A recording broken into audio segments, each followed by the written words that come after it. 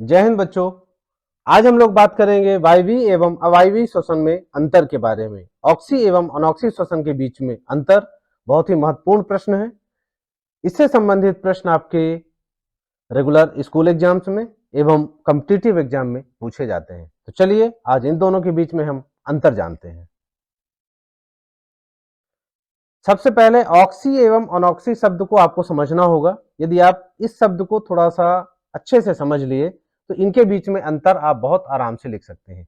Oxy मतलब oxygen के साथ या ऑक्सीजन की उपस्थिति में, अनॉक्सी अर्थात ऑक्सीजन की अनुपस्थिति में। अब इसके आधार पर हम पहला पॉइंट बता सकते हैं, इसमें ऑक्सीजन की आवश्यकता पड़ती है। ऑक्सी श्वसन में ऑक्सीजन की आवश्यकता पड़ती है और अनॉक्सी श्वसन में ऑक्सीजन की आवश्यकता नहीं पड़ती है। ये श्वसन के दो प्रकार हैं, ऑक्सी एवं अनॉक्सी। तो श्वसन में, इस प्रकार के श्वसन में, ऑक्सी श्वसन में ऑक्सीजन की आवश्यकता पड़ती है, अनॉक्सी श्वसन में ऑक्सीजन की आवश्यकता नहीं पड़ती है। पहला पॉइंट। अब यदि यह ऑक्सीजन के साथ यह श्वसन हो रहा है तो इसमें भोज्य पदार्थ का पूर्ण ऑक्सीकरण होता है। भोज्य पदार्थ का पूर्णतः ऑक्सीकरण इसमें होता है और अनॉक्सी श्वसन में इसका जस्ट अपोजिट, इसमें भोज्य पदार्थ का पूर्ण ऑक्सीकरण नहीं होता है क्योंकि इसे ऑक्सीजन नहीं मिल पाता। अगला, इसमें अंतिम उत्पाद CO2 और जल है। ऑक्सी श्वसन में पूर्णतः ऑक्सीकरण होता है, इस वजह से इसका जो अंतिम उत्पाद है वो क्या है, CO2 और जल है। पूर्णतः ऑक्सीकरण के बाद इसका अंतिम उत्पाद CO2 और जल है, कार्बन डाइऑक्साइड एवं जल है। अनॉक्सी श्वसन में अंतिम उत्पाद CO2 के साथ एल्कोहल है। तो इन दोनों के बीच में बेसिक अंतर देखिएगा, CO2 दोनों में है लेकिन ऑक्सी श्वसन में जल है और अनॉक्सी श्वसन में एल्कोहल है।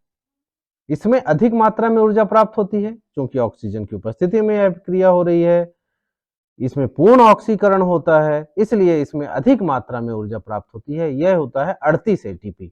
38 एटीपी ऊर्जा निकलती है ऑक्सी श्वसन में और अनॉक्सी श्वसन में कम मात्रा में ऊर्जा प्राप्त होती है जो कि होता है 2 एटीपी, 2 एटीपी। अब अगला लास्ट पॉइंट, यह क्रिया माइटोकॉन्ड्रिया एवं कोशिका द्रव्य दोनों में संपन्न होती है। ऑक्सी श्वसन की क्रिया दोनों में, माइटोकॉन्ड्रिया एवं कोशिका द्रव्य दोनों में संपन्न होती है और अनॉक्सी श्वसन जो है इसमें संपूर्ण प्रक्रम कोशिका द्रव्य में संपन्न होती है, सिर्फ कोशिका द्रव्य में संपन्न होती है।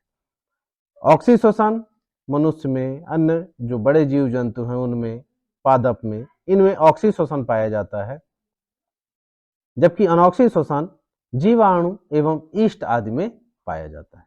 तो यह है इन दोनों के बीच का मुख्य अंतर। ऑक्सीजन की आवश्यकता होती है, ऑक्सीजन की आवश्यकता नहीं होती है। भोज्य पदार्थ का पूर्ण ऑक्सीकरण होता है, इसमें भोज्य पदार्थ का पूर्ण ऑक्सीकरण नहीं होता। इसमें अंतिम उत्पाद CO2 एवं जल है, इसमें अंतिम उत्पाद CO2 एवं एल्कोहल है। इसमें अधिक मात्रा में ऊर्जा 38 एटीपी ऊर्जा प्राप्त होती है, इसमें कम मात्रा में 2 एटीपी ऊर्जा प्राप्त होती है।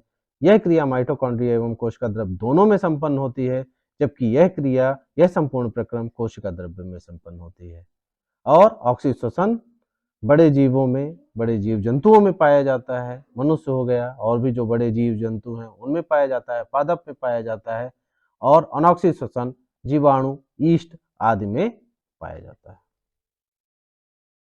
इन प्रश्नों को आप अच्छे से तैयार करें जिससे कि आपकी परीक्षा के साथ साथ भविष्य में जो आप कॉम्पिटिटिव एग्जाम देंगे उसकी भी तैयारी हो सके। धन्यवाद।